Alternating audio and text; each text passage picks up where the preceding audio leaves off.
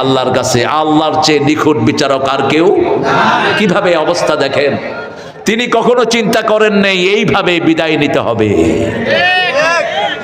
চার বাহিনীর প্রধান গণভবনে হাজির। তিনি বলেছেন রয়ের সদস্য থাকতো ওনার সাথে 40 জন। বলছে পিস্তল লোড করো, অফিসাররা ঢুকলে মাথায় তাক করবা।